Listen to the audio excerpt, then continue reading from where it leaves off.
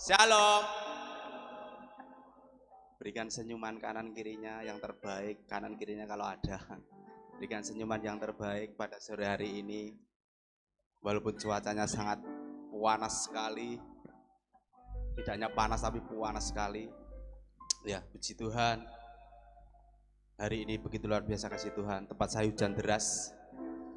Ya, puji Tuhan. Akhirnya hujan. Ditunggu-tunggu tidak pernah hujan. Akhirnya hujan tadi luar biasa deras. Sampai jam 4 kurang 10 sudah mau pakai jaket, mau berangkat hujan lagi. Akhirnya ya bawa gerobak. Ya, jadi bawa sepeda takut soalnya tugas nanti basah kuyup.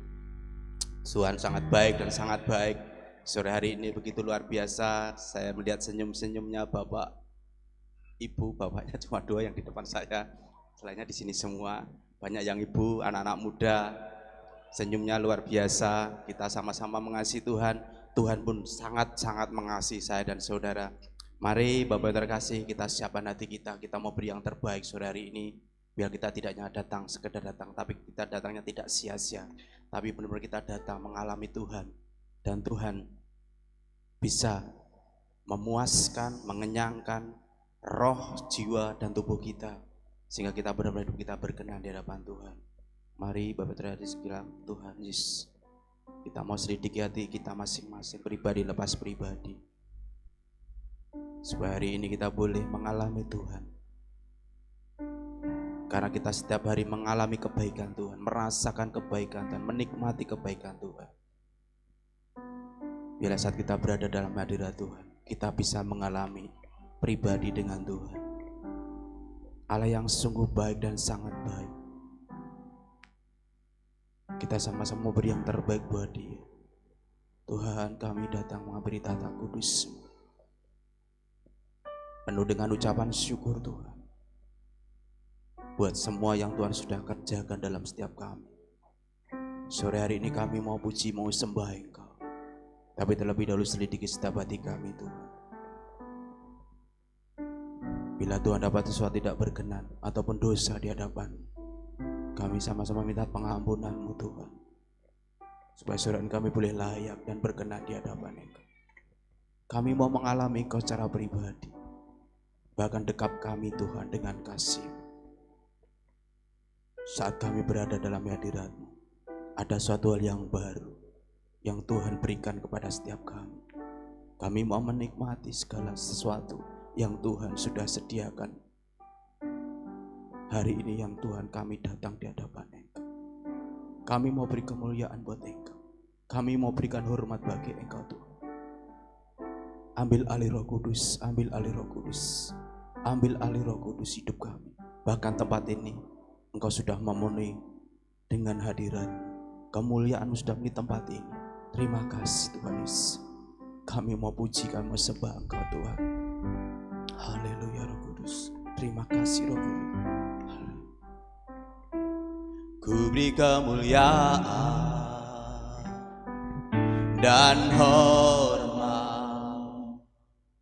Ku angkat suara pujian, ku agungkan nama-Mu.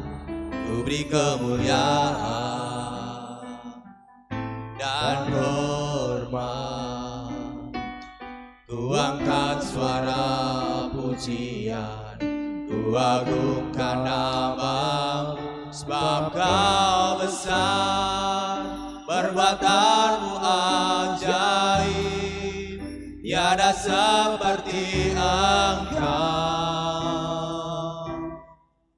Tiada seperti Engkau. Sebab Kau besar, perbuatan-Mu ajaib, tiada seperti Engkau. Tiada seperti Engkau.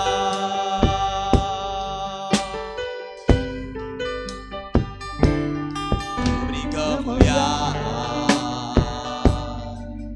dan hormat. Ku angkat suara pujian, ku agungkan nama-Mu. Ku beri kemuliaan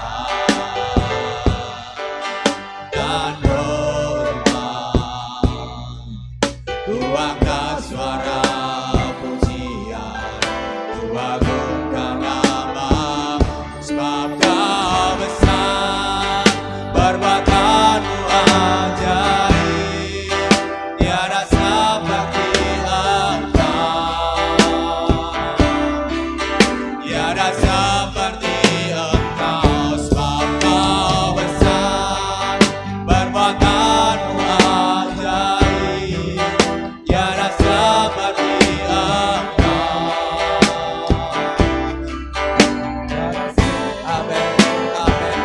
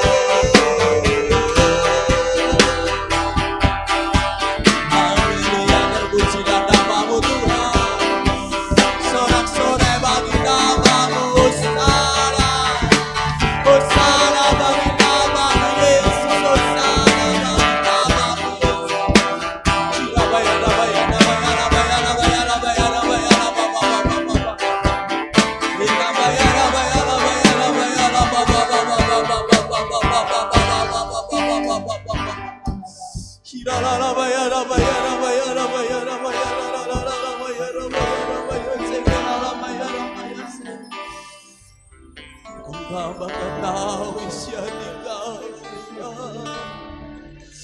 Ramaya, ramaya, ramaya.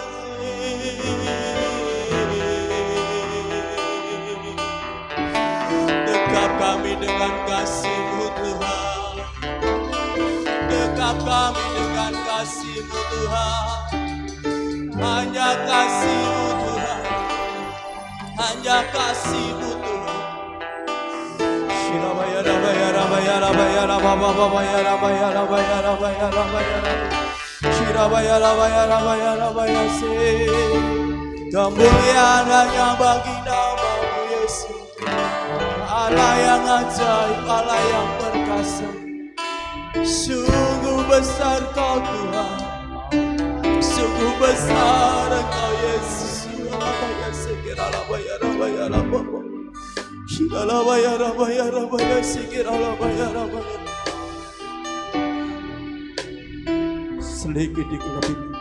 Selidiki lebih lagi ke dalaman hati kami Tuhan, supaya kami benar-benar bisa merasakan hadirat, merasakan lebih lagi hadirat, merasakan dekapan kasih-Mu Tuhan, kasih yang tak terbatas. Shirabaya, rabaya, rabaya, rabaya, rabaya, rabaya, sikira, rabaya, rabaya, rabaya, rabaya, sikira. Shirabaya, rabaya, rabaya, sikira, rabaya, rabaya, rabaya, rabaya. Ajaib dan Engkau Tuhan. Ajar kami untuk mengenal sikira, rabaya, sikira, rabaya. Tuhan, jamah setiap hati kami. Umat-Mu yang haus dan lapar akan Engkau. Engkau Allah yang maha hadir. Saat Engkau berkumpul di hadapan Engkau dan menyembah Engkau, Engkau Allah yang hadir Tuhan. Kami mau merasakan dan menikmati kehadiran. Shirabaya, rabaya, rabaya, shikida, rabaya, rabaya, shikida, rabaya, rabaya, rabaya, shikida. Tuhan menjamah setiap hati kami. Jamah setiap hatinya Tuhan. Kami gak mau Tuhan dilewatkan. Kami gak mau dilewatkan. Shirabaya, shirabaya, shirabaya. Shirabaya, rabaya, shirabaya, shirabaya, rabaya, rabaya, rabaya, rabaya, shirabaya. Shirarabaya, rabaya, shirarabaya, rabaya, rabaya. Mari Bapak, Ibu dan Saudara terkasih, yang hatinya haus dan lapar akan Tuhan, buka hatimu untuk Roh Kudus. Izinkan Dia yang memuaskan dan mengenyangkan. Hirabaya, sikirabaya, rabaya, sikirabaya. Shirabaya, rabaya, shikirabaya, rabaya, rabaya, rabaya. Satu persatu jamah Tuhan, shikirabaya, shirabaya, shirabaya. Nyanyian pujian bagi-Mu Tuhan, pujian bagi-Mu Tuhan, nama-Mu besar dan layak dipuji. Nyanyian pujian bagi-Mu Tuhan, pujian bagi-Mu Tuhan, nama-Mu besar dan layak dipuji. Nyanyian pujian bagi-Mu, yes Tuhan,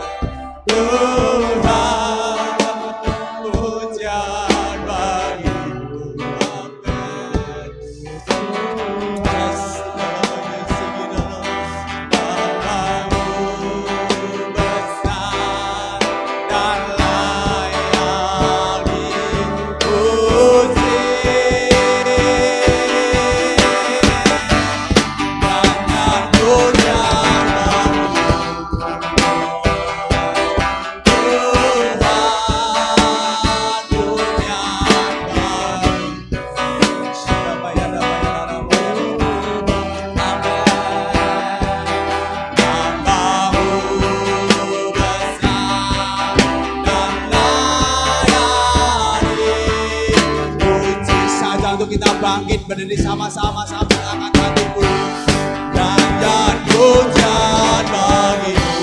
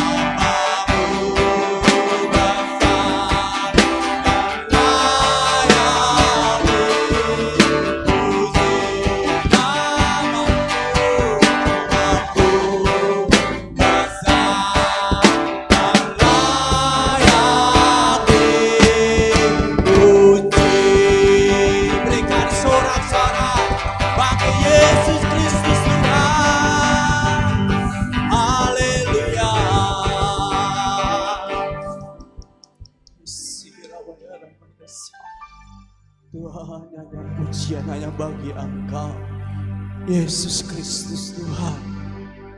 Kami mau lebih lagi Tuhan, memuji-muji Engkau, menyembah Engkau, mengagungkan Engkau. Dengan mulut kami Tuhan, dengan hati kami Bapa, kami mau bersorak-sorai bagi Engkau. Ambil alih terus hidup kami Roh Kudus, supaya kami benar-benar boleh mengagungkan Engkau dengan segenap roh, jiwa dan tubuh kami, dengan segenap kekuatan kami. Kami mau puji, kami mau sembah Engkau. Hanya di dalam satu nama Tuhan kami Yesus Kristus kami berdoa dan kami mengucap syukur. Haleluya, amin. Sekali lagi beri tepuk tangan yang terbaik buat Tuhan kita Yesus Kristus. Haleluya.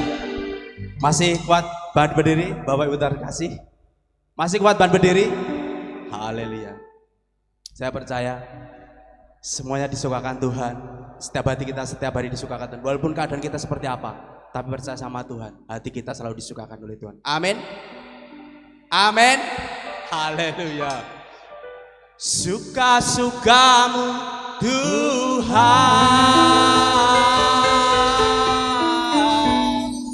suka-sukamu Tuhan,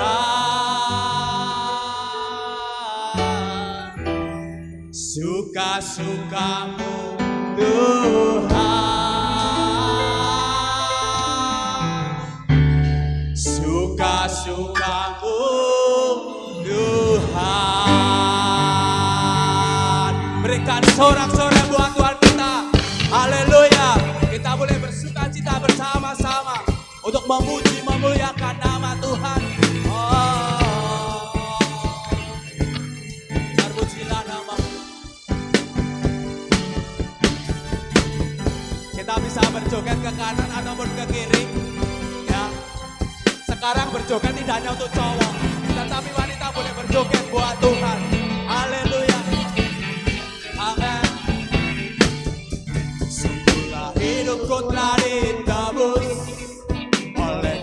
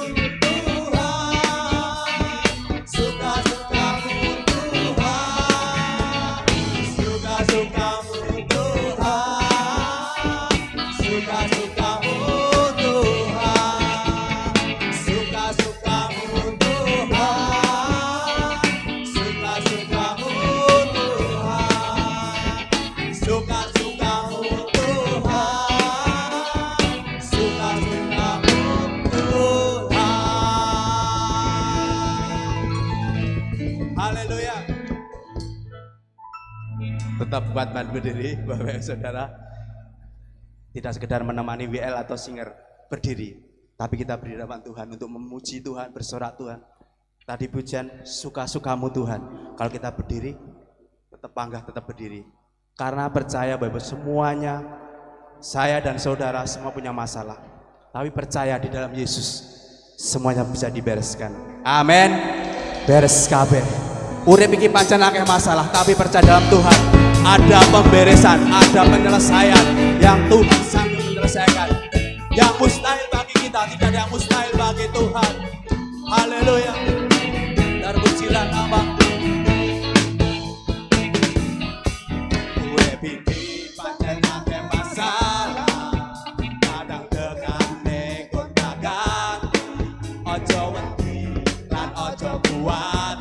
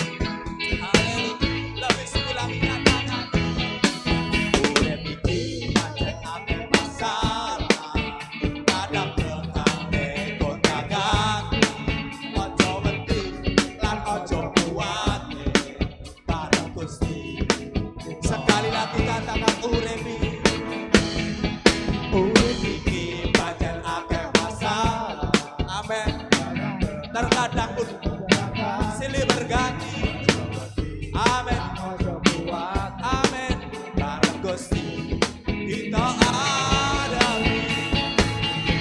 Sing penting ana Yesus. Ana Gusti Yesus. Masih yo uripku akeh masalah. Ana Yesus ana mujizat. Sing penting ana Gusti Yesus. Ana Gusti Yesus. Masih yo uripku akeh masalah. Ana Yesus. Sing penting ana. Amin. Ana Gusti Yesus. Masih yo uripku akeh masalah. Ana Yesus ana mujizat. Sing penting ana Gusti Yesus. Amin. Ana Gusti Yesus. Masih yo uripku akeh masalah. Ana Gusti Yesus. Sing penting ana. Imani semua ada Yesus. Semua diselesaikan Yesus. Amin. Akeh masalah. Ana Yesus ana mujizat. Sing penting ana Gusti Yesus. Ana Gusti Yesus. Masih yo uripku akeh masalah. Ana Gusti Yesus. Beres kabeh. Beres kabeh. Beres kabeh. Beres kabeh. Berikan sorak-sorai buat Yesus. Haleluya. Silakan duduk kembali, Bapak Ibu dan terkasih. Percaya setiap pujian yang kita naikkan dengan iman dan sungguh. Manusia tidak lepas dari masalah. Tapi saat kita berserah sama Tuhan, Tuhan katakan akan diselesaikan. Yang mustahil bagi kita mungkin terkadang kayaknya nggak bisa. Kayaknya lagi angel. Tapi percaya dalam Tuhan, Tuhan sanggup menyelesaikan. Karena di saat seperti itulah firman Tuhan itu akan hidup, akan menguatkan hati kita.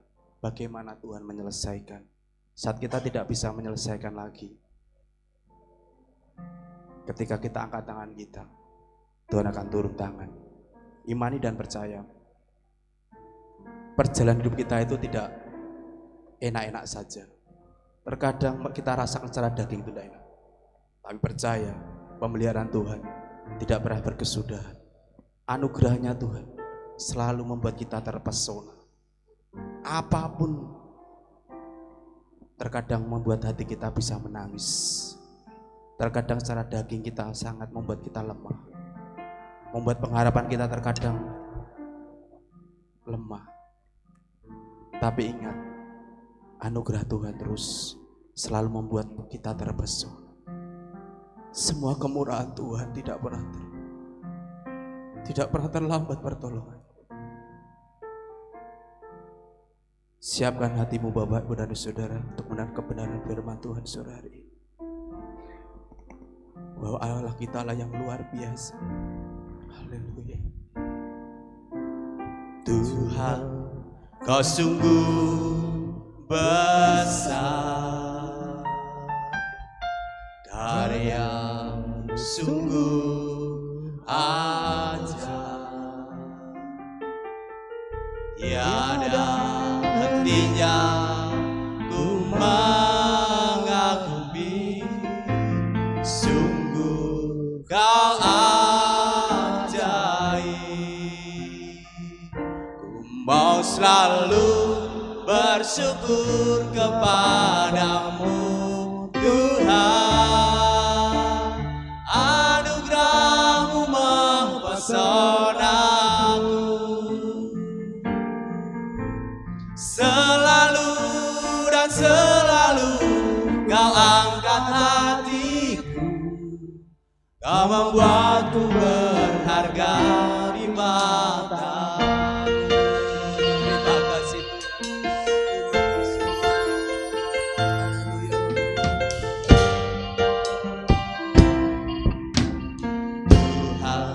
Kau sungguh besar,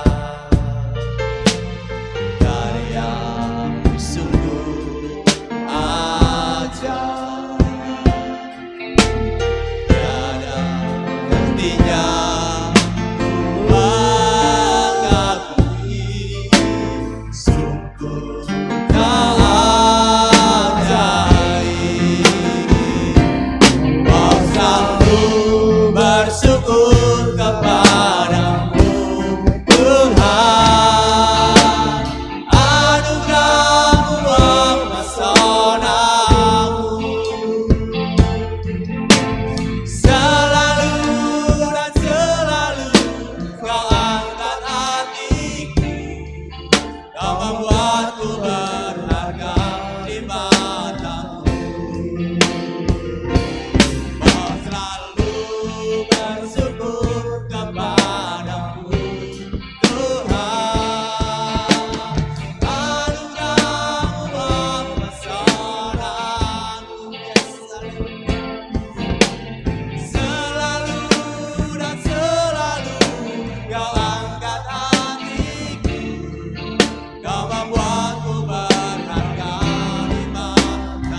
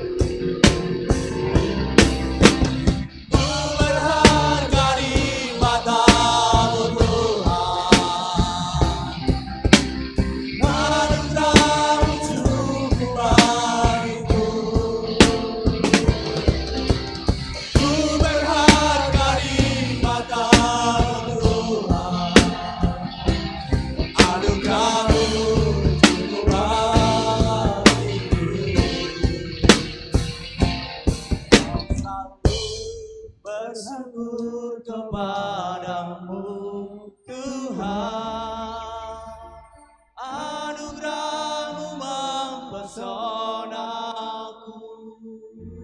Amin.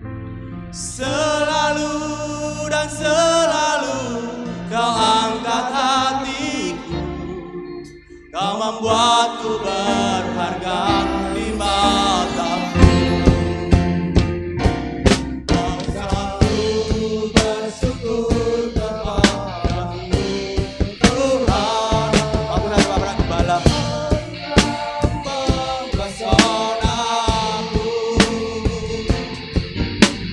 Selalu dan selalu Kau angkat hatiku, Kau membuatku berharga di mata-Mu. Kau selalu bersyukur, Kau selalu bersyukur kepadamu Tuhan, anugerah-Mu mempesonaku. Selalu dan selalu Kau angkat hatiku, Kau membuatku berharga di mata-Mu. Selalu dan selalu Kau angkat hatiku, Kau membuatku berharga di mata-Mu.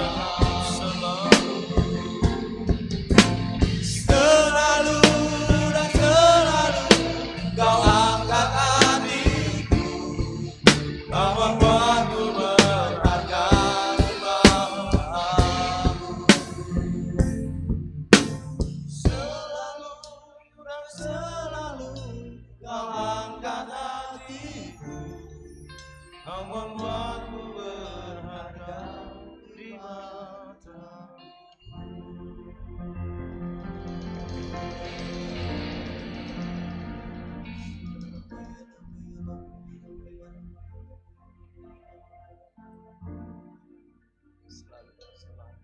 Menjadi sebuah kebanggaan bagi kami semua Tuhan, Selalu dan selalu karena Engkau telah mengangkat kami dari lumpur dosa dan memberikan kepada kami sebuah kehidupan yang penuh dengan sukacita dan kemenangan. Dan itu sebabnya ya Tuhan, kami sungguh ingin memuliakan nama-Mu senantiasa dalam setiap kehidupan kami, karena anugerah Tuhan yang begitu teramat besar telah Tuhan berikan curahkan bagi kami. Olehnya dengan ini kami mau belajar Tuhan, kami mau menghargai Tuhan, kami mau tunduk pada Tuhan, kami mau belajar firman Tuhan, supaya kehidupan kami semakin hari semakin memuliakan dan menyukakan hati-Mu. Olehnya saatnya Tuhan berbicara kepada kami dan kami akan mendengarkan apa yang Tuhan sampaikan kepada kami semua melalui hamba-Mu. Berkuasalah Engkau atas kami semua ya Tuhan, dan biar kami semua benar-benar ada di dalam penguasaan Roh Kudus. Terima kasih Tuhan, dengan ini kami siap untuk menerima didikan dan ajaran Tuhan. Dan demi nama Tuhan Yesus Kristus, kami berdoa, kami siap mendengarkan firman Tuhan. Dalam nama Tuhan Yesus Kristus. Haleluya, kita semua yang siap katakan amin. Shalom.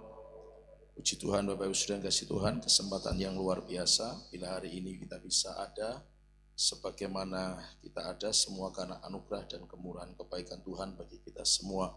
Dan saatnya kita akan sama-sama boleh belajar firman Tuhan di kesempatan sore hari ini. Saya ingin mengajak Bapak Ibu Saudara untuk kita membuka Alkitab kita bersama di dalam Efesus pasal yang ketiga, ayat kita akan membaca mulai ayat yang ke-14. Efesus pasal yang ketiga, kita akan baca mulai ayat yang ke-14. Bapak Ibu Saudara bisa simak Alkitabnya dan saya akan membacakan untuk kita semua. Itulah sebabnya aku sujud kepada Bapa, yang daripadanya semua turunan yang di dalam surga dan di atas bumi menerima namanya. Aku berdoa supaya Ia menurut kekayaan kemuliaannya menguatkan dan meneguhkan kamu oleh Roh-Nya di dalam batinmu, sehingga oleh imanmu Kristus diam di dalam hatimu dan kamu berakar, serta berdasar di dalam kasih. Sampai di situ saja pembacaan kita. Nah, Bapak Ibu Saudara yang dikasihi Tuhan, jemaat Efesus adalah jemaat yang tidak dirintis secara langsung oleh Paulus, tetapi dikembangkan atau dipelihara atau ditumbuhkan oleh Paulus, begitu ya. Yang kemudian terjadi sebuah ya bukan masalah yang besar, tetapi ada sedikit perbedaan antara orang Yahudi dengan orang yang tidak Yahudi, dan itu menjadi sesuatu yang ya sedikit ada pergesekan di antara mereka, gitu ya.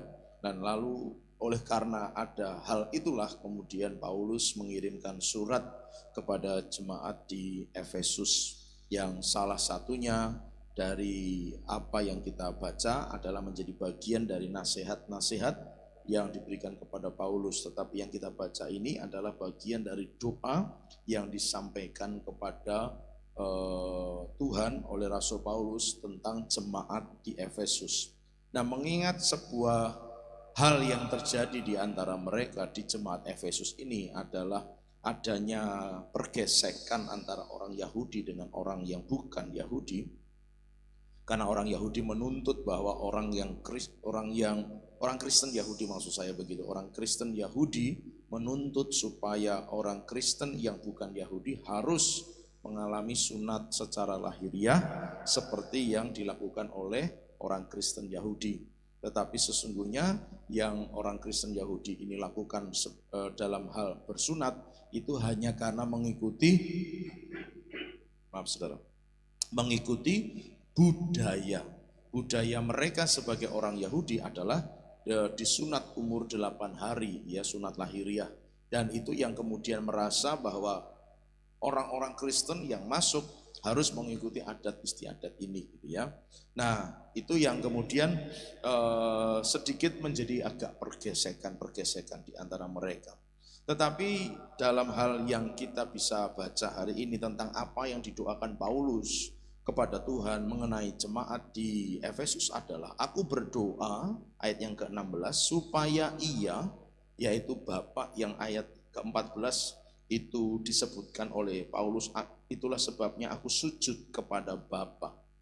Aku berdoa supaya ia dalam konteks itu Tuhan yang ia panggil atau ia pakai dalam doa ini adalah sebutannya sebagai Bapa, menurut kekayaan kemuliaannya menguatkan dan meneguhkan kamu.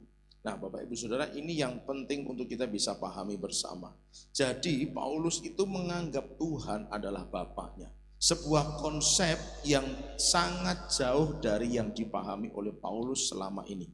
Kita tahu bersama bahwa Paulus adalah ahli Taurat.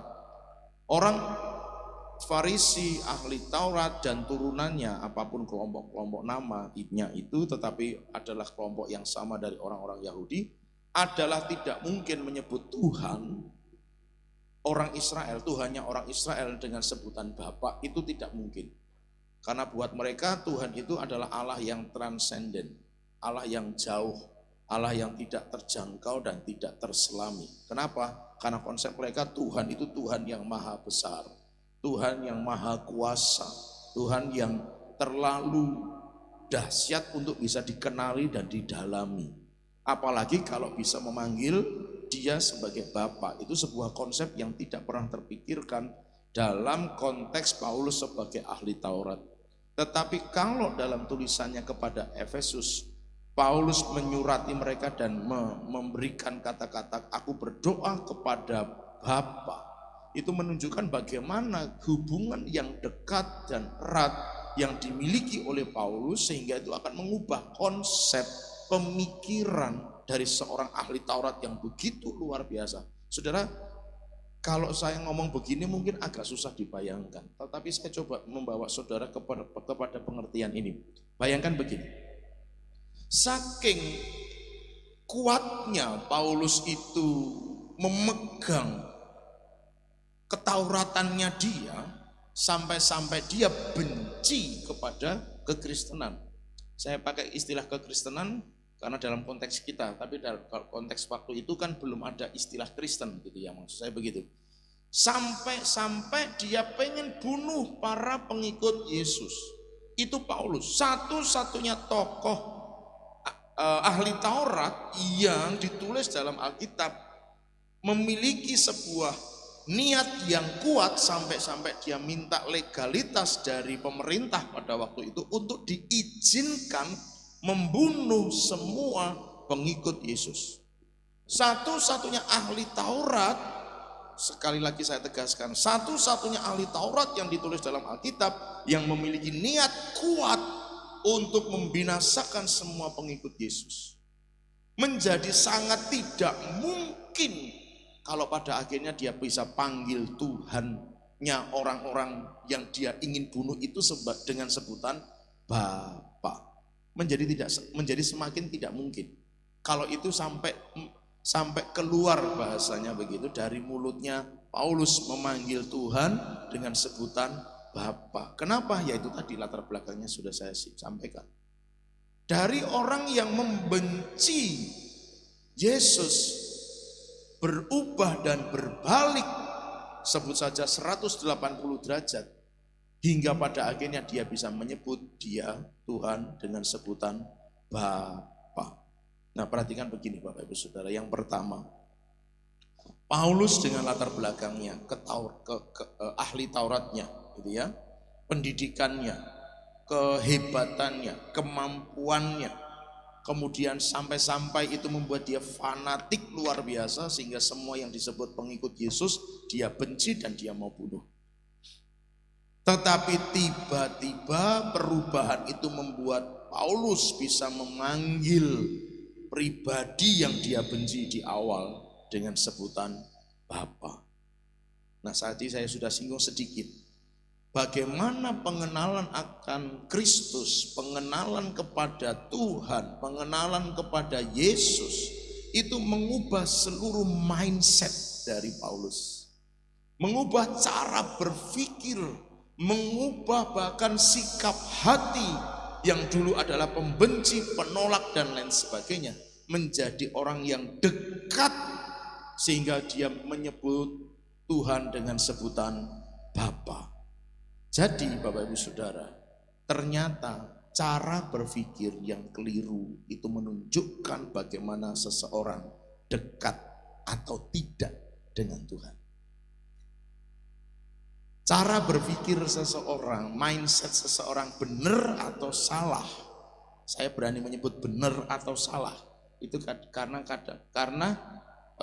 pada orang-orang tertentu cara berpikirnya keliru Bapak Ibu Saudara. Cara berpikirnya keliru dan itu yang saya sebut tidak bisa ditolerir lagi dengan sebutan agak melenceng.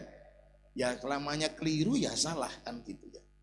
Jadi kalau cara berpikirnya enggak tepat, itu artinya kedekatan dia dengan Tuhan juga diragukan Bapak Ibu Saudara. Karena menurut yang kita baca dalam ayat ini bahwa kedekatan Paulus kepada Tuhan setelah pertobatannya mengubah cara pandangnya terhadap Tuhan, mengubah cara berpikirnya terhadap Tuhan, dan Paulus memanggil Tuhan dengan sebutan Bapa. Jadi mengubah cara berpikir, mengubah cara pandang, mengubah pola hidup Paulus setelah Paulus bertobat dan hidup dekat dengan Tuhan.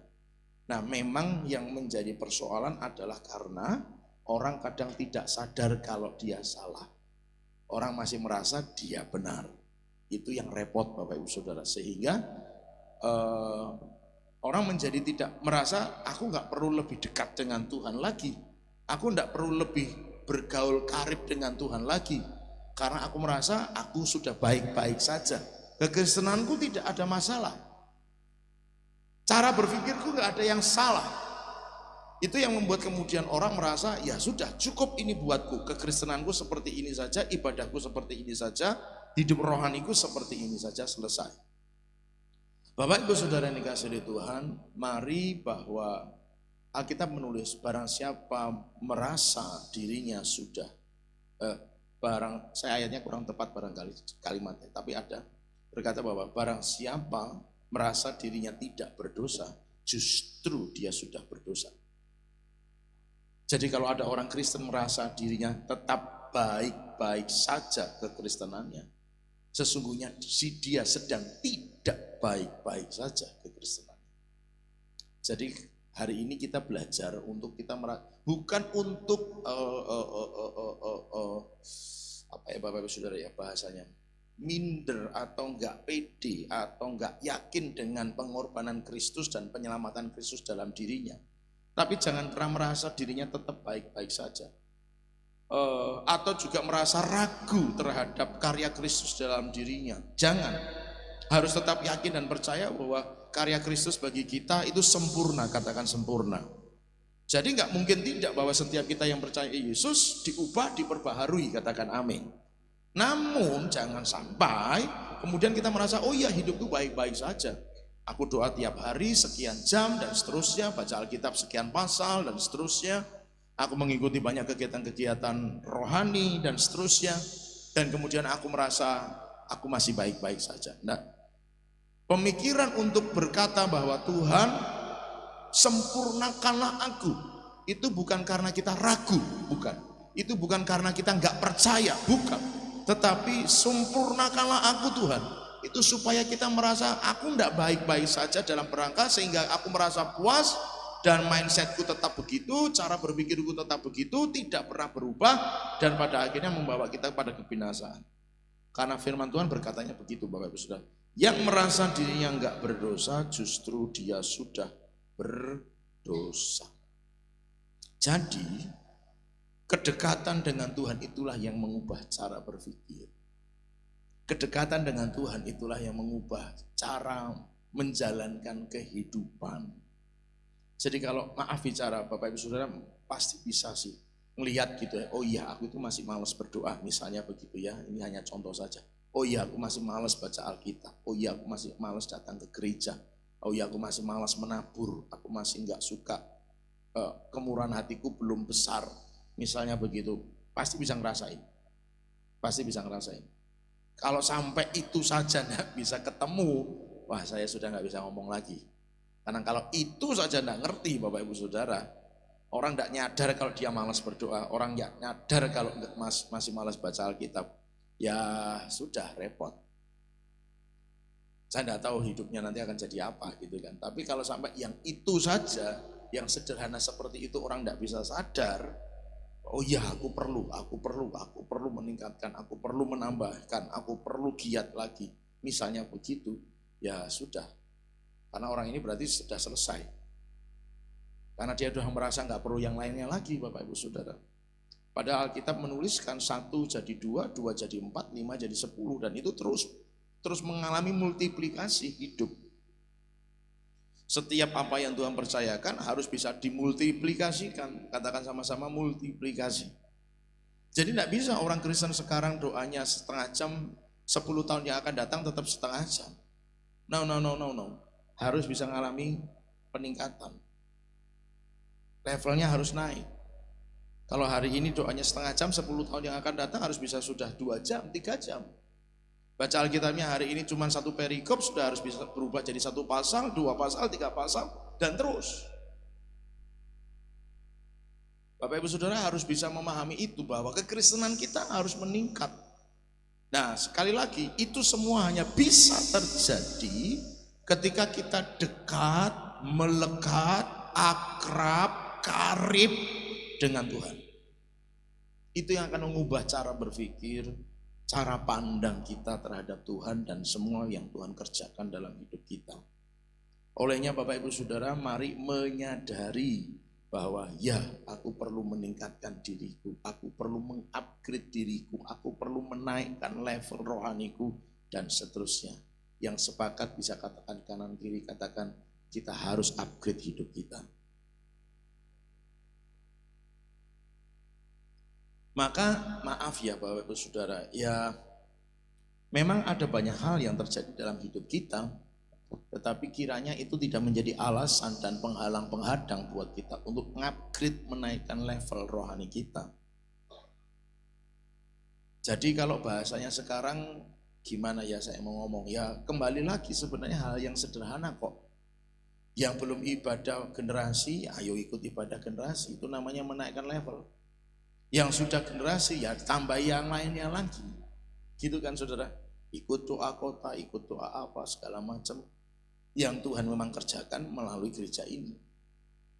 Naburnya yang dulu cuman sedikit, sekarang jadi nabur lebih banyak, terus tambah banyak, begitu. Levelnya harus di-upgrade. Ingat bahwa tahun ini tahun kelimpahan, sudah ada tulisan di depan memang. Tapi tahun kelimpahan itu hanya akan bisa terjadi kalau naburnya banyak, katakan amin. Loh ya toh saudara, nabur banyak menuai banyak kan? Nabur sedikit ya nuainya sedikit. Nabur 1 patok panennya cuma 1 patok, tapi naburnya 10 patok akan menuai dari 10 patok, gitu kan. Jadi ada upgrade kan, ada level yang dinaikkan, ada peningkatan. Dan itu hanya terjadi ketika dekat dengan Tuhan, intim dengan Tuhan. Nah sekali lagi saya tegaskan, orang yang mindsetnya masih salah, orang yang cara berpikirnya masih salah, saya berani katakan dia tidak dekat, belum dekat dengan Tuhan. Nah, lalu bagaimana kekristenannya? Ya jauh dari Tuhan berarti. Lalu orang masih merasa harus baik-baik saja.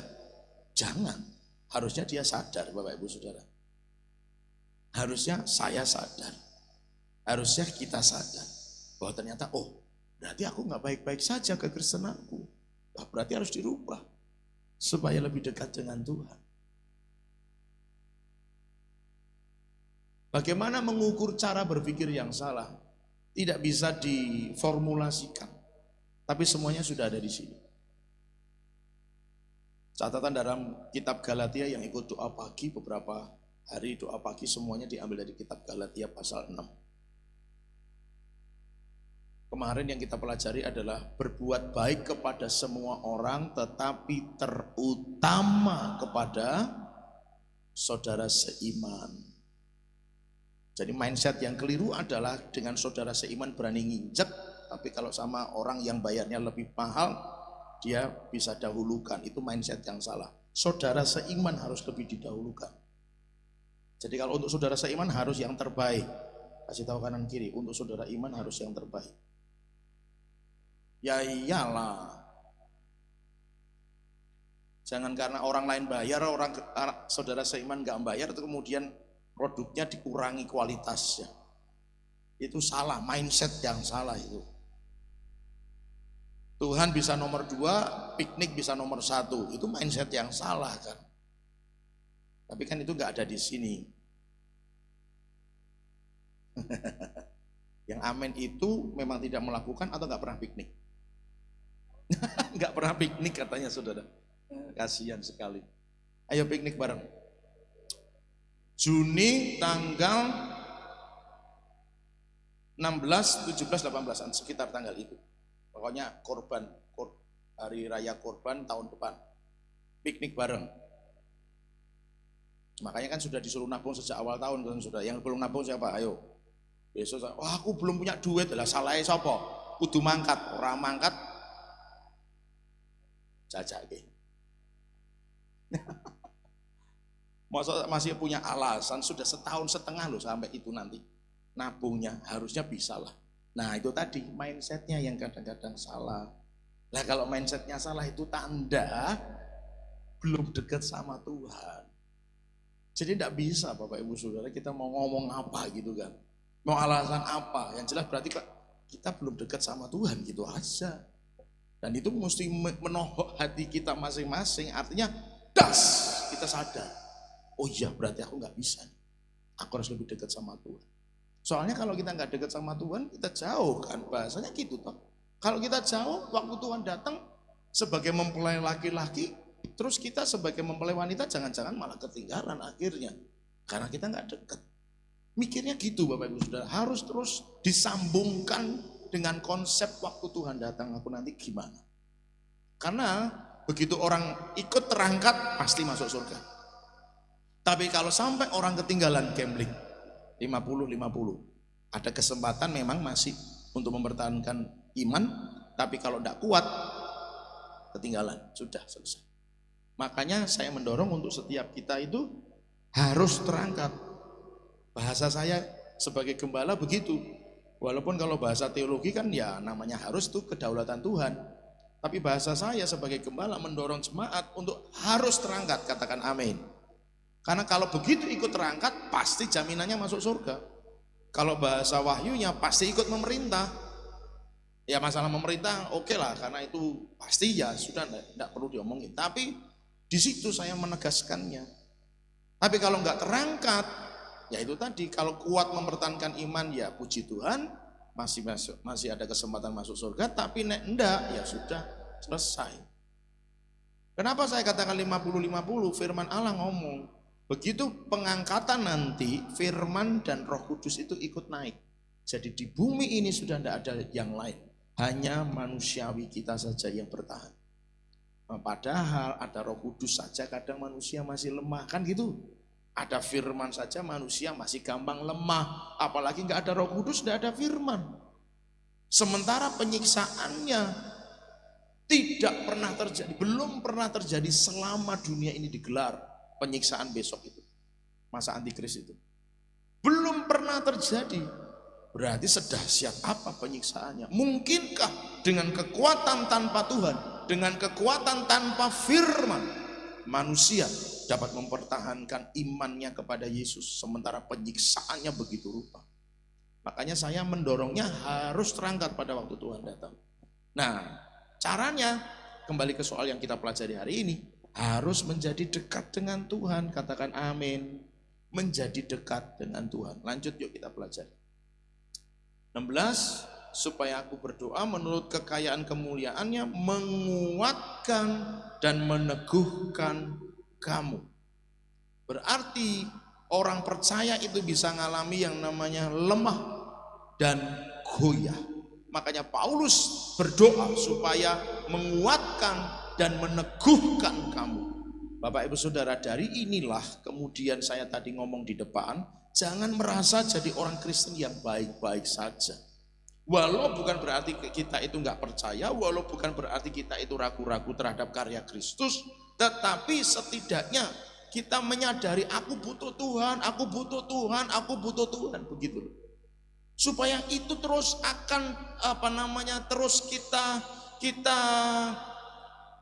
sampaikan kepada Tuhan. Tuhan, aku perlu Engkau. Tuhan, aku butuh kekuatan-Mu. Tuhan, aku butuh topangan-Mu. Tuhan, aku perlu kehadiran-Mu. Tuhan, aku perlu kuasa-Mu, dan seterusnya dan sebagainya. Apapun lah konten doanya itu, saudara yang dikasihi Tuhan. Tapi yang jelas perasaan atau pemahaman bahwa aku itu gak baik-baik saja, supaya itu mendorong kita untuk kita minta terus sama Tuhan setiap waktu, setiap saat, kekuatan yang dari Dia.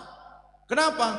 Firman Allah berkata, Paulus mendoakan jemaat Efesus supaya menguatkan dan meneguhkan. Artinya kekristenan itu, orang-orang Kristen itu bisa lemah, bisa goyah. Tapi tetaplah usahakan diri kita untuk kuat dan teguh. Katakan amin. Kuat dan teguh, tidak goyah, bertahan. Tetapi ingatlah, kita ini bukan manusia super yang sepakat katakan haleluya, yang bebas, bisa bebas dari dosa dan bebas dari segala kelemahan. Nah, kita orang yang bisa jatuh dalam dosa. Maafkan, saya tidak kok bermaksud membuli tokoh-tokoh Alkitab. Tapi tokoh mana yang tidak pernah dikatakan oleh Alkitab tidak pernah jatuh dalam dosa? Hampir semua tokoh Alkitab pernah salah, pernah jatuh. Tokoh Alkitab loh saudara, yang hidupnya itu kalau kayak Abraham sudah ngomong sama Tuhannya langsung dengar suara Tuhan. Yang kayak sekelas Musa itu ngomong sama Tuhan sudah berhadapan wajah dengan wajah. Musa itu bisa memandang wajah Tuhan loh, Alkitab nulisnya gitu. Yang begitu saja pernah ngalami yang namanya lemah. Karena apa?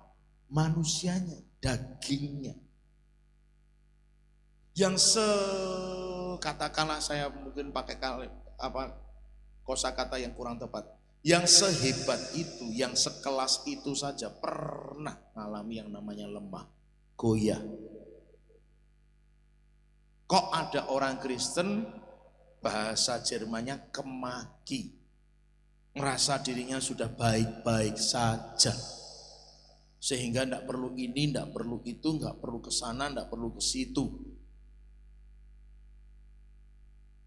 sehingga ya sudah ini cukup buat saya.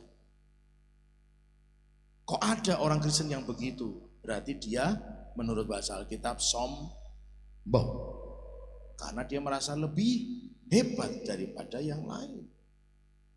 Saudaraku yang dikasihi Tuhan, ayo, bahwa kalau Paulus sampai mendoakan supaya jemaat itu kuat dan teguh, berarti ada masa di mana kadang mungkin bisa terjadi bahwa umat Tuhan itu mengalami kelemahan dan kegoyahan. Tapi saya memberikan pesan kepada kita semua, jangan mau digoyahkan, katakan amin. Jangan mau mengalami kelemahan, katakan amin. Andai kata itu terjadi, kita masih punya Tuhan yang besar, yang memampukan dan menolong kita sehingga kita tetap kuat dan teguh dalam menjalani kehidupan kita dalam dunia ini sampai Tuhan datang kali yang kedua. Jadi Bapak Ibu Saudara, kembali ke hal yang pertama sebenarnya. Kalau sudah dekat melekat sama Tuhan, memang mungkin akan digoyahkan, memang mungkin akan dilemahkan, memang mungkin juga mengalami goyah atau lemah, tetapi itu hanya sesaat saja. Karena apa? Karena dia dekat dengan Tuhan, Tuhan pasti dia akan membiarkannya sendiri. Dia pasti akan topang, dia pasti akan tolong dia. Tuhan pasti akan menolong dia. Tuhan pasti akan membackup hidupnya. Dan dia sadar, aku mulai lemah, aku mulai goyah, aku harus lebih dekat lagi dengan Tuhan. Lebih dekat lagi dengan Tuhan. Lebih dekat lagi dengan Tuhan. Itu yang akan terjadi Bapak Ibu Saudara. Jadi kuncinya memang ada di hal yang pertama tadi. Melekat kepada Tuhan. Orang yang melekat kepada Tuhan tidak mungkin tidak Bapak Ibu Saudara. Gairahnya sangat besar untuk Tuhan. Jadi kalau udah ngomong soal Tuhan, wah itu udah segala-galanya. Dia bisa relakan. Kami itu kemarin, ya khususnya saya karena saya, jadi kita itu akan ada KKR pemuda remaja, pelajar tepatnya begitu. Di bulan Januari, saya dan Ibu Gembala masuk dalam kepanitiaan, salah satu panitia yang dari Jakarta itu kemarin ngobrol dengan kita. Pendirinya adalah seorang gembala sidang, tetapi juga pengusaha karena punya usaha. Yang mendanai semuanya itu dia. Nah, beberapa orang yang ngomong dengan saya ini hamba Tuhan tetapi bukan gembala sidang, gitu ya. Dia ngomong karena beliau yang mendirikan tim ini saja berani berkorban kayak begitu. Masakan kami cuma mau santai-santai saja, ya kami harus bisa lebih keras. Jadi kadang-kadang mereka harus datang, kayak kemarin itu terbang dari Jakarta mendarat, ikut rapat dengan kita, kemudian ke Jogja dengan melakukan urusannya, besok balik lagi ke Jakarta. Sudah sampai pada level yang kayak begitu kalau sudah cinta Tuhan. Buat Tuhan pokoknya beh-behan, apa itu bahasa beh-behan? Semuanya, segalanya buat Tuhan. Udah enggak mikirin yang gimana-gimana Bapak Ibu Saudara. Itu kalau orang sudah namanya cinta Tuhan beneran udah kayak begitu. Kasih tahu kanan kiri, katakan mari cinta Tuhan dengan sungguh-sungguh.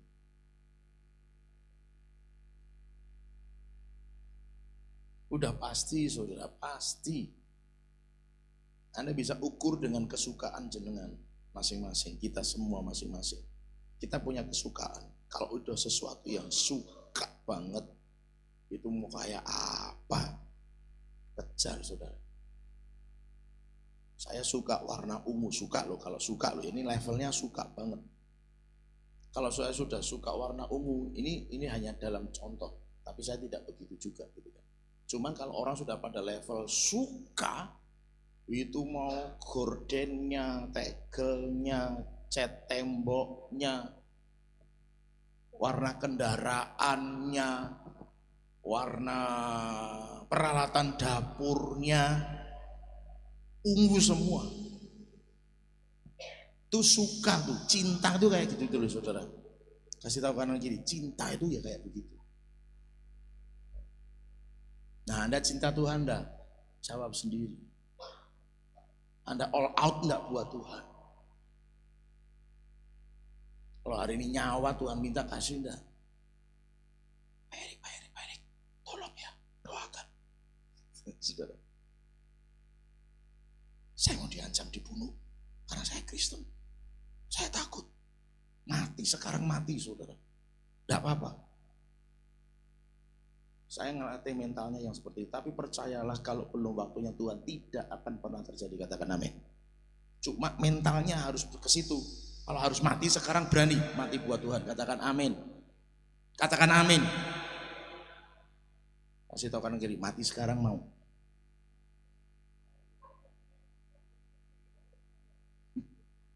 Urung jadi jawabannya saudara. Urung. Dereng mantu pak, dereng lulus sekolah pak, dereng yang-yangan pak.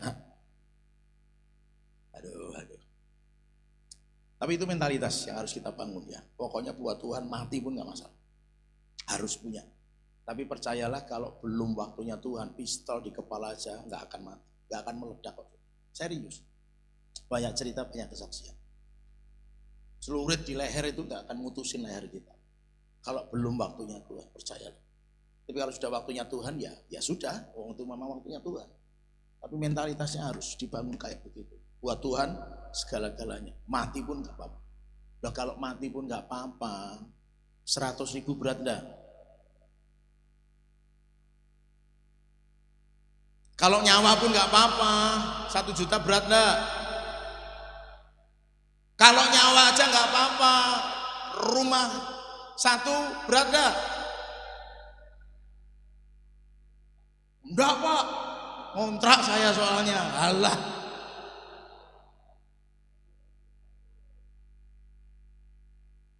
Lah iyalah, cara mikirnya gitu Bapak Ibu Saudara. Nyawa saja nggak berat kok. Mau semuanya diambil Tuhan, buat Tuhan, kasih semuanya buat Tuhan. Katakan amin. Gitu Bapak Ibu Saudara. Nah, makanya perlu mindset yang diubah. Supaya kuat, teguh. Sehingga kalau apapun terjadi, ini Tuhan, buat Tuhan, Tuhan yang suruh, sudah kerjakan. Saudara. Perlu kuat, perlu teguh, tidak boleh goyah. Makanya harus terus berdoa, Tuhan tolong kuatkan aku. Tuhan tolong teguhkan aku. Itu harus terus didoakan saudara. Kenapa? Kita ini daging. Itu loh saudara. Daging yang kadang-kadang tahu tensinya itu sudah 180/100 gitu kan. Dijajaki kancane ada sate kambing, duren, kopi gitu kan. Ya masih dilahap.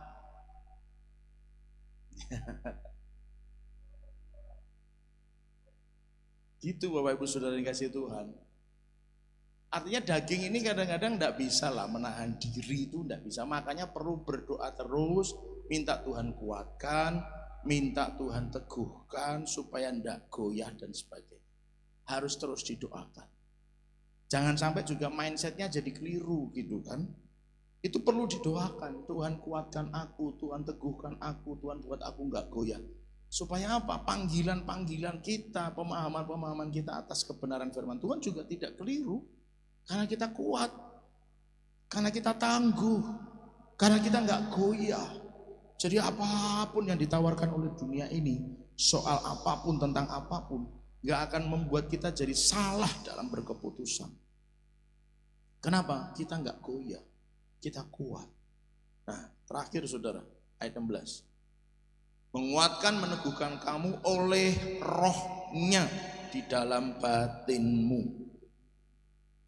Pertanyaannya, apakah semua orang Kristen ada roh kudusnya? Perhatikan baik-baik ayatnya. Oleh rohnya di dalam batinmu. Berarti kan kalau dikalimatkan secara negatif, ya kalau di dalam diri orang itu ada roh kudusnya. Kalau nggak ada roh kudusnya, siapa yang nguatin? Siapa yang membuat dia nggak goyah? Gitu kan. Nah pertanyaan jangan lebih jauh, apakah yakin bahwa dalam diri kita ada Roh Kudus? Yakin Pak, karena saya doa tiap hari, karena saya baca Alkitab tiap hari, saya percaya ada Roh Kudus dalam diri saya. Puji Tuhan, kalau itu menjadi sebuah keyakinan. Tapi pertanyaan yang jauh lebih besar lagi, kalau Roh Kudus di dalam, kenapa goyah? Ayatnya kan jelas berkata, Bapak Ibu Saudara, menguatkan, meneguhkan oleh Roh Kudus yang di dalam kamu. Roh Kudus yang di dalam menguatkan, meneguhkan. Lalu kenapa jadi goyah? Ada enggak Roh Kudusnya? Kok goyah? Gitu loh saudara. Ada Roh Kudusnya, kok enggak kuat? Ada Roh Kudusnya katanya, kok mampu dibelokkan arah? Pertanyaannya kembali ke awal, ada enggak, yakin enggak ada Roh Kudus dalam diri kita? Nah, kalau saudara masih ingat pelajaran atau pengajaran yang saya sampaikan, Roh Kudus itu enggak mungkin keluar kalau enggak diusir. Cuma pertanyaannya sebenarnya bukan ada Roh Kudus atau tidak ada Roh Kudus. Roh Kudus tetap ada, katakan amin. Tapi Roh Kudus aktif atau pasif? Ada Roh Kudus, tapi Roh Kudus tetap diam aja. Kenapa? Enggak dilibatkan. Lah itu tadi, kembali ke awal. Hal pertama yang kita tadi pelajari. Dekat enggak nih? Kalau dekat, ngapa-ngapain diajak. Ngapa-ngapain diajak. Roh Kudus diajak. Dalam segala hal, dalam segala pemikiran, keputusan, dalam segala tindakan, perkataan, atau apapun, Roh Kudus terlibat dalam hidup kita. Katakan terlibat. Jadi itulah Bapak Ibu Saudara yang sesungguhnya terjadi. Kalau Roh Kudus pergi, selama Roh Kudus nggak diusir, dia tidak akan pergi. Tetapi yang sering terjadi bukannya nggak ada Roh Kudus, ada Roh Kudus tapi tidak aktif. Roh Kudus tidak bergerak karena memang tidak dilibatkan. Orang itu berpikir dengan caranya, berusaha dengan pikirannya, dengan segala yang ia pikir ia bisa lakukan tanpa melibatkan Roh Kudus. Wah, saya nggak mungkin nggak melibatkan Roh Kudus Pak. Wong saya berdoa minta tanda misalnya begitu. Saya nggak mungkin Pak tidak melibatkan Roh Kudus. Wong saya berdoa minta petunjuk. Oke, mungkin kita minta petunjuk, mungkin kita minta tanda. Tapi memang sejauh itukah kita mempersilahkan Roh Kudus yang ambil alih? Atau kita memang sekedar minta, tetapi sebenarnya itu kembali ke pemikiran kita lagi. Kita minta kepada dia, tapi itu kembali lagi kepada keputusan kita dan bukan keputusan Roh Kudus. Ini beda Bapak Ibu Saudara, keaktifannya beda. Mas Toto, saya minta tolong ajarin sesuatu. Belum Mas Toto ngajarin saya sudah mikir piye caranya tak kapake. Saya tanya enggak? Saya tanya. Tapi saya melibatkan dia enggak? Tidak. Saya berdoa. Saya minta Roh Kudus tunjukkan sesuatu, tapi enggak pernah ngasih kesempatan Roh Kudus yang bekerja. Saya masih mikir dengan cara saya masih menggunakan dengan kemampuan saya. Ya saya berdoa tapi tidak melibatkan sesungguhnya. Saudara ngerti ya jadinya ya. Banyak orang Kristen berdoa kan, tapi sesungguhnya tidak sedang melibatkan. Ini beda perkara Bapak Ibu Saudara. Beda perkara. Jadi kalau saya melibatkan itu, Mas Toto tolong ajari saya melakukan sesuatu. Saya serahkan sama dia. Saya nunggu instruksi dari Mas Toto. Gini Pak Eri. Ini yang ini diginiin, yang itu ditaruh di sini, yang itu begitu. Saya hanya akan melakukan sesuatu itu berdasarkan apa yang sudah diinstruksikan. Baru saya lakukan. Itu namanya saya melibatkan. Yang mengerti katakan haleluya. Nah, selama kekristenan kita berapa belas tahun barangkali, begitukah cara kita atau hanya sekedar berdoa dan tetap kita yang bertindak, dan tetap kita yang berpikir, dan tetap kitalah yang ambil keputusan, bukan Tuhan, bukan Roh Kudus. Itu beda perkara Bapak Ibu Saudara yang namanya melibatkan dan tidak melibatkan. Maka ya memang tidak selalu bahwa kita berdoa kemudian kita langsung dapat instruksi berupa suara barangkali atau berupa ayat barangkali.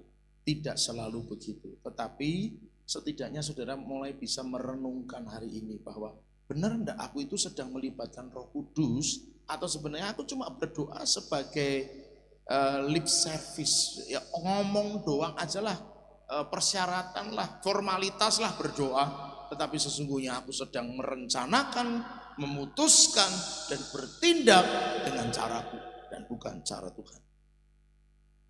Ini yang membuat berbeda. Roh Kudus terlibat aktif atau pasif sebenarnya. Paulus berdoa supaya dikuatkan, diteguhkan oleh Roh Kudus yang diam di dalam kamu. Roh Kudus sudah diam, tapi apakah dia, Roh Kuduslah yang ambil alih seluruh hidup kita? Saya tidak bisa memberikan formulanya. Oh berarti beginilah yang tepat atau begitulah yang terbaik. Nggak bisa. Karena masing-masing kita punya urusan secara pribadi dengan Tuhan. Tetapi setidaknya saya berharap dan berdoa di dalam nama Yesus Kristus, hikmat Roh Kudus memampukan setiap kita untuk mengerti dan memahami apa arti yang sesungguhnya melibatkan Roh Kudus di dalam kehidupannya. Demi nama Yesus Kristus. Jadi Bapak Ibu Saudara, gini, sebenarnya gampang saja kalau itu dianalogikan. Kalau saya sering ketemu Mas Yepi, saya sering ngobrol dengan Mas Yepi, saya sering cerita, bahkan mungkin semacam curhat, sehingga apa yang saya rasa dia tahu dan apa yang dia rasa saya tahu. Sesering itu saya intens ngobrol, berbicara, berkomunikasi dengan Mas Yepi, maka saya jadi ngerti. Oh ternyata Mas Yepi itu nggak suka begini, begitu. Oh saya ngerti Mas Yepi itu suka yang begini, begitu. Sebenarnya sederhananya begitu Bapak Ibu Saudara. Jadi gimana Pak artinya melibatkan Roh Kudus? Gimana Pak artinya saya mengambil keputusan itu karena keputusan Roh Kudus? Kembali ke soal yang pertama sebenarnya. Seberapa intens, seberapa kita dekat membangun hubungan dengan Tuhan. Itu aja. Semakin dekat dengan Tuhan, semakin lekat dengan Tuhan, jadi ngerti isi hati Tuhan. Jadi waktu mau ngambil keputusan atau sedang merencanakan sesuatu, kita jadi tahu kita sedang melibatkan Tuhan atau tidak. Karena itu bukan teori Bapak Ibu Saudara. Makanya saya tadi bilang bahwa tidak ada formulanya. Yang baik ini begini, yang benar itu begitu, enggak ada. Karena tergantung apakah orang itu dekat dengan Tuhan. Begitu orang dekat dengan Tuhan udah tahu dengan sendirinya.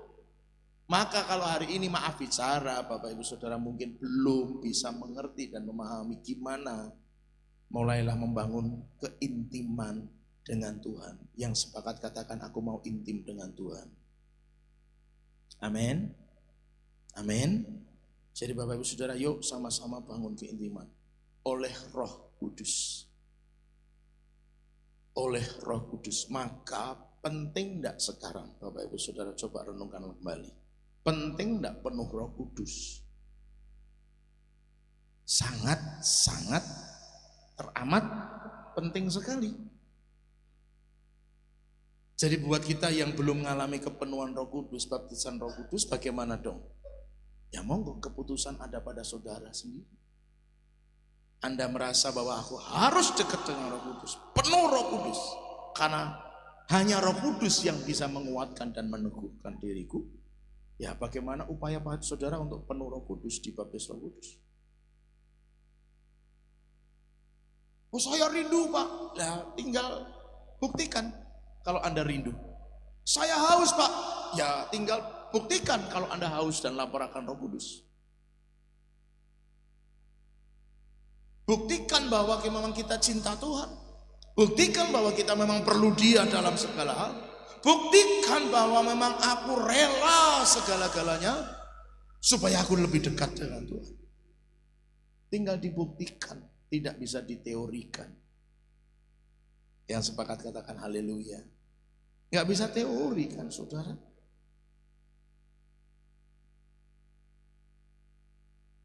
Ada banyak orang Kristen bisa membuat semacam definisi-definisi tentang sesuatu, dan itu kalimatnya bisa begitu sangat bagus sekali.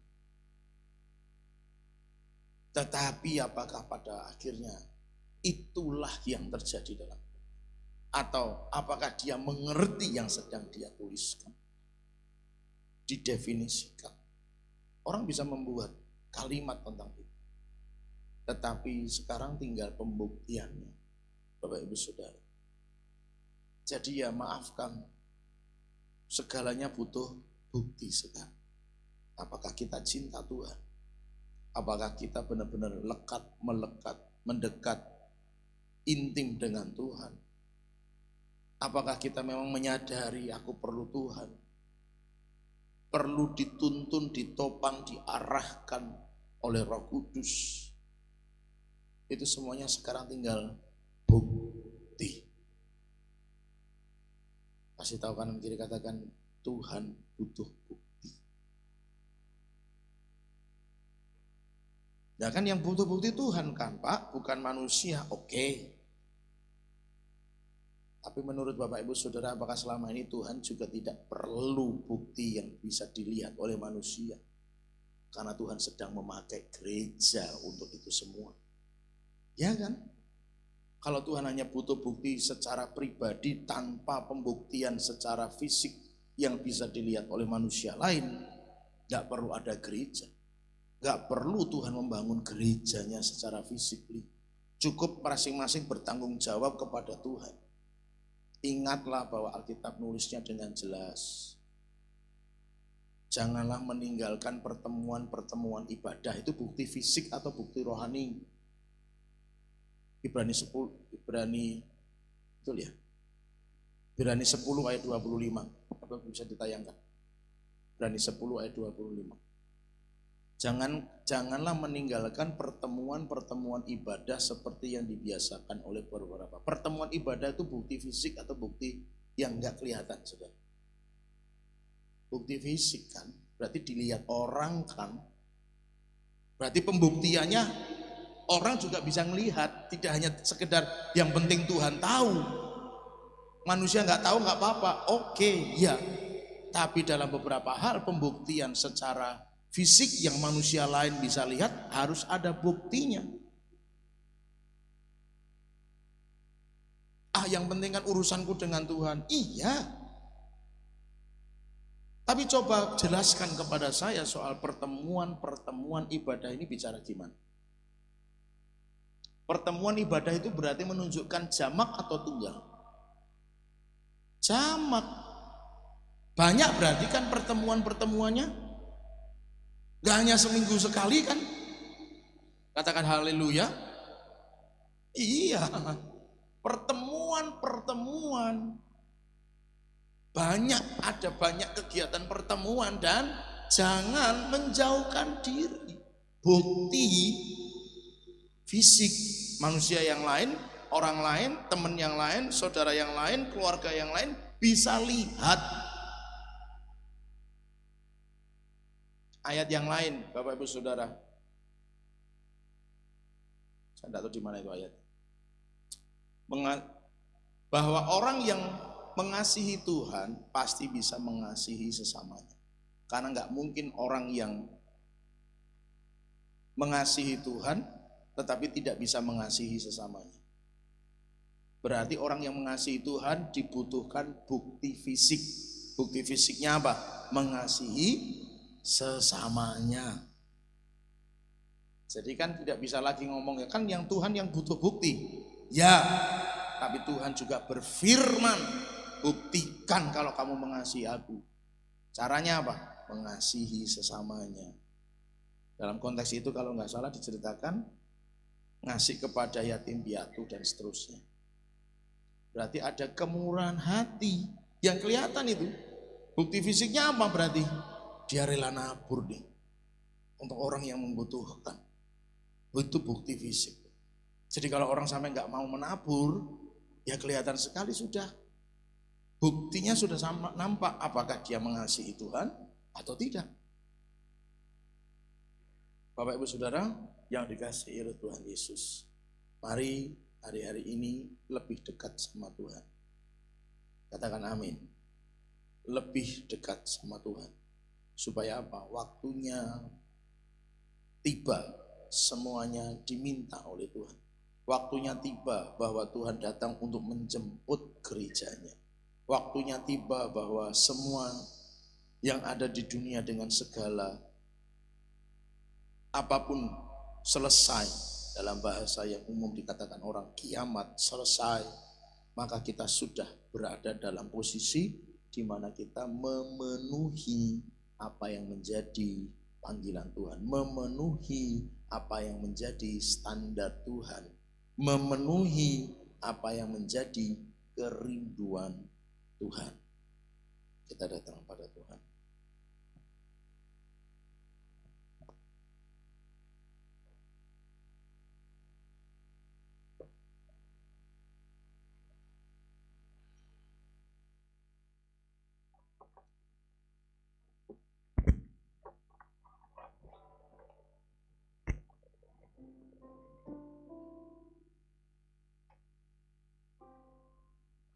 Rohmu yang hidup penuhiku, mengalir dalamku, jiwaku tenang bersamamu dalam naunganmu.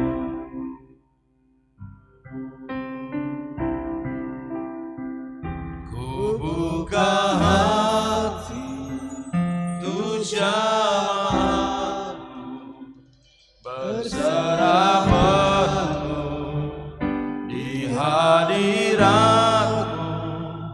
Kau ambil alih seluruh hidupku, di altarmu menyembahmu. Rohmu yang kudus Rohmu yang kudus pulihkanku, Engkaulah damaiku. Ku hidup oleh anugerah-Mu yang menyertai-Mu, yang menyertai-Mu, yang menyertai-Ku.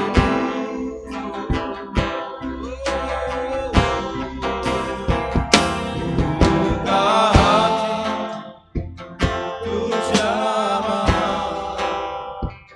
berserah penuh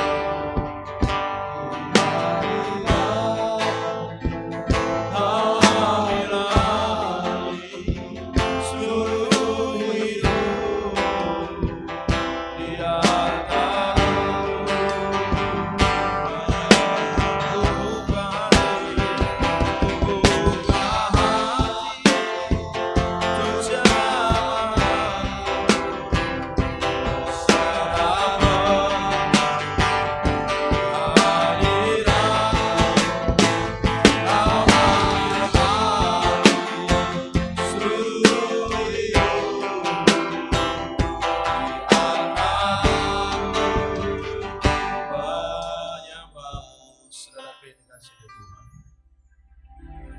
Terkadang untuk kita menjadi seperti yang Tuhan inginkan, ada begitu banyak halangan, rintangan, dan hambatan.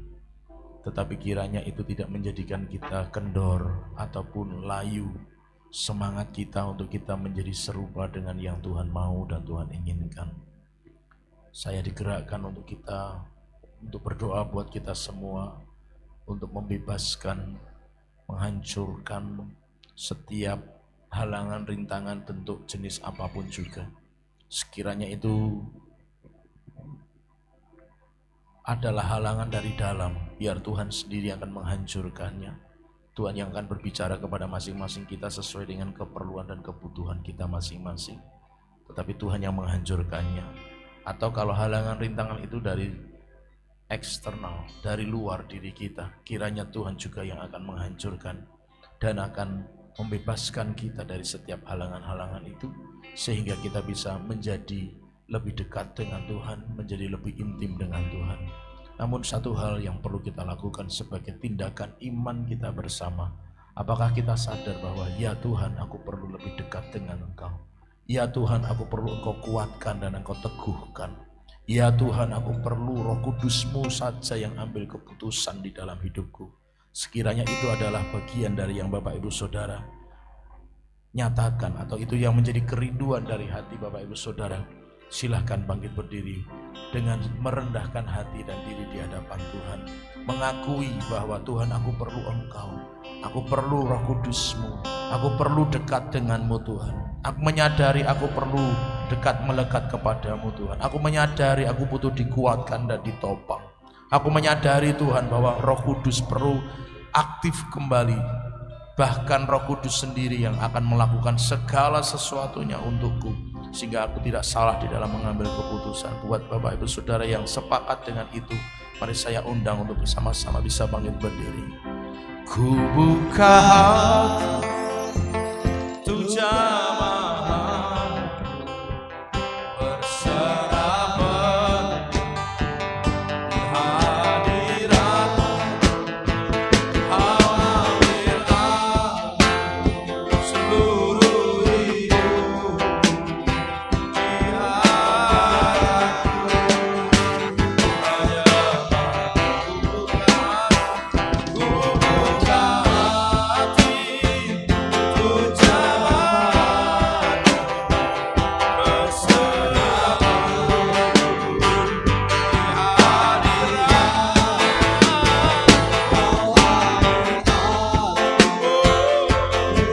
hadirat-Mu. Mari sambil mengangkat tangan kita, angkat suara kita, angkat hatimu, katakan kepada Tuhan, ku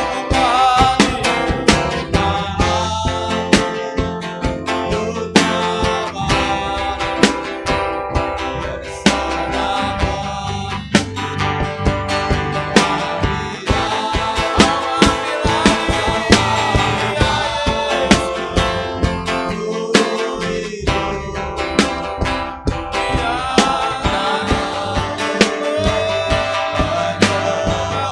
Lebih lagi katakan, jamaah berserapan di hadirat-Mu. Kau ambil alih seluruh hidup di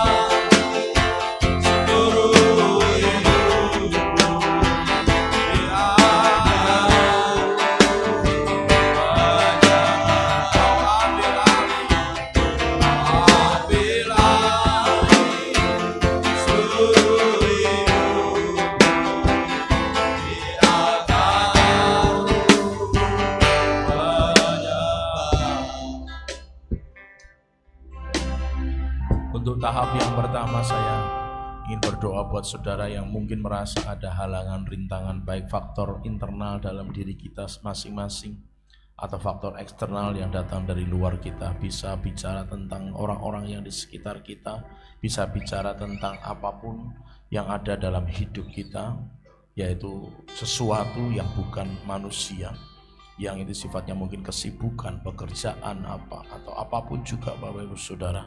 Atau juga faktor eksternal dalam pengertian ada kekuatan-kekuatan yang lain yang menghendaki kita tidak bisa lebih dekat dengan Tuhan. Sekiranya Bapak Ibu Saudara menyadari ada hal-hal itu, bisa taruh tangan kiri di depan dada.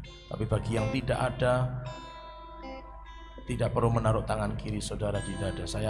Untuk yang pertama ini saya akan berdoa untuk saudara yang menyadari ada halangan dan saudara butuh untuk ditolong oleh Tuhan supaya halangan itu disingkirkan. Bapak hamba berdoa buat setiap anak-anakmu yang hari ini menyadari adanya halangan yang membuat mereka tidak bisa lebih dekat dengan Tuhan, atau mungkin mereka sudah mencobanya tetapi berulang kali gagal, berulang kali jatuh oleh karena adanya halangan-halangan itu yang begitu kuat mengganggu hidup mereka. Hari ini dalam kasih anugerah-Mu yang besar, bahwa Engkau melihat mereka merindukan untuk dekat kepadamu. Hari ini mereka berkeputusan untuk mereka lebih lagi rindu untuk bisa melekat kepadamu. Olehnya Tuhan, hamba percaya dan yakin Tuhan jauh lebih rindu untuk dekat kepada mereka. Maka sekarang, hari ini, apapun yang menjadi penghalang, penghadang, penghambat, baik itu faktor internal dalam diri mereka, pikiran mereka, pertimbangan-pertimbangan mereka, perasaan mereka, atau sikap hati mereka,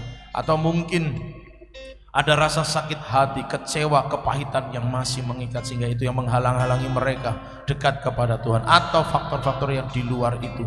Tuhan, hamba berdoa di dalam nama Yesus dengan kekuatan yang dari surga. Hamba berdoa demi nama Tuhan Yesus, aku hardik keluar setiap penghalang, penghadang, penghambat itu dalam nama Tuhan Yesus Kristus. Dihancurkan, dipatahkan, aku remukkan dalam nama Yesus Kristus.